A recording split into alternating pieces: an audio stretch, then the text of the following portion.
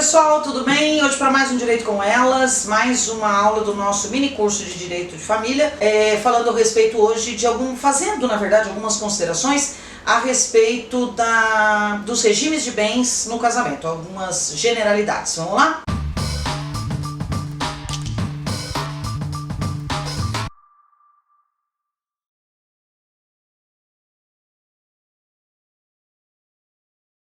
Bom, gente, sobre o regime de bens no Brasil, eu quero falar para vocês que nas próximas aulas a gente vai falar individualmente de cada um desses regimes de bens. Hoje nós vamos fazer um apanhado geral sobre esses regimes e algumas características sobre o regime patrimonial escolhido pelas partes no casamento, tá?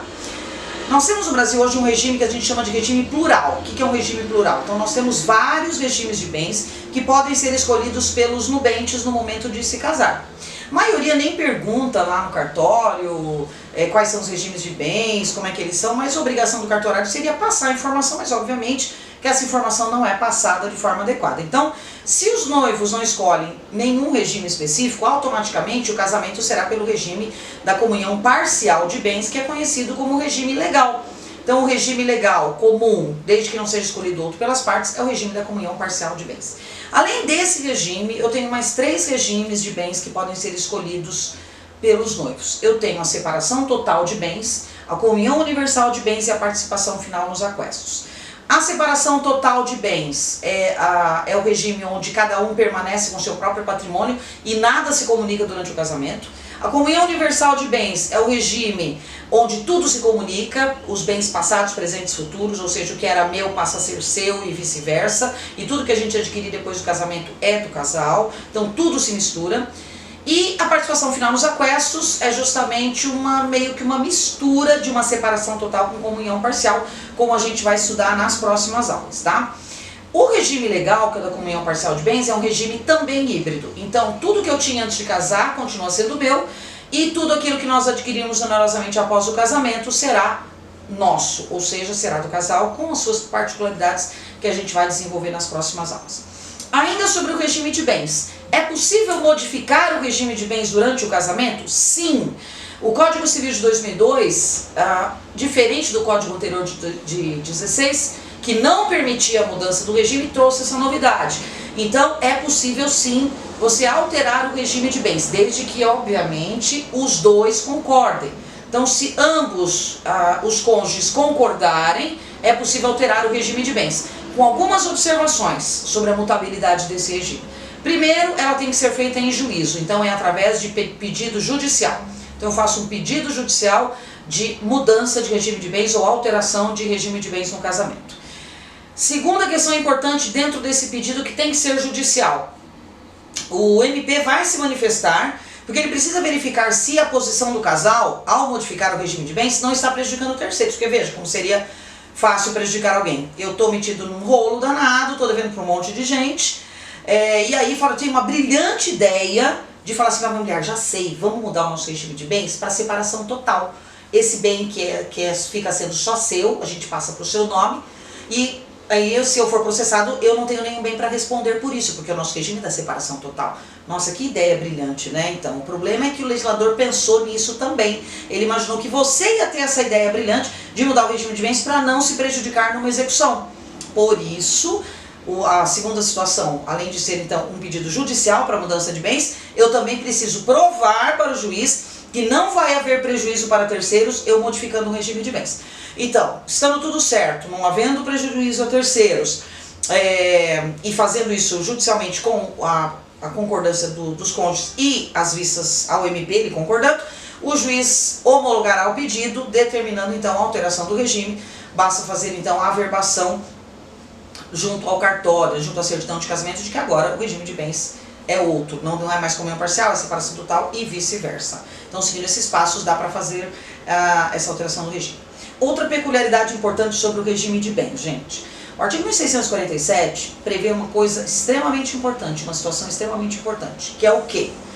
Quando eu sou casado, sob o regime de qualquer outro regime de bens, exceto da separação total de bens, quando eu quiser vender um bem que seja no meu nome, eu sou obrigado a ter a anuência do meu parceiro. Ou seja, em todos os regimes de bens, exceto na separação total, porque aí cada bem pertence ao outro, não há comunicabilidade alguma. Então, nos demais regimes de bens, eu preciso da autorização ou da anuência do parceiro para poder vender. E atenção, pessoal, eu não estou falando dos bens comuns exclusivamente, eu estou falando de qualquer direito real, qualquer bem imóvel.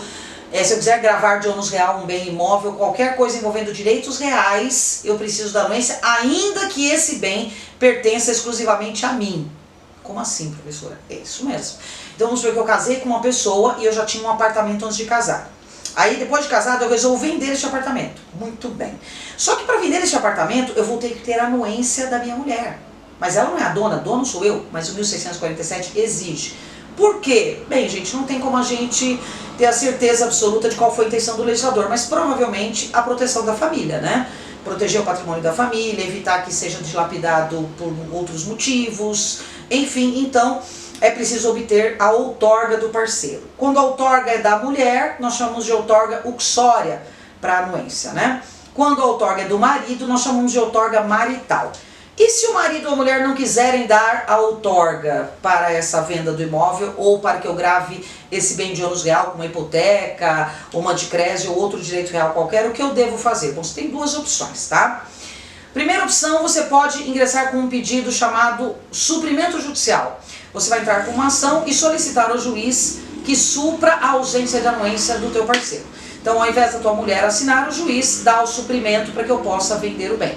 Só que, obviamente, sendo um pedido judicial, a sua mulher ou seu marido serão citados também para participar desse processo e justificar o porquê não deu anuência. Então, o juiz também vai ouvir a parte contrária para definir ou não. Então, essa é uma situação.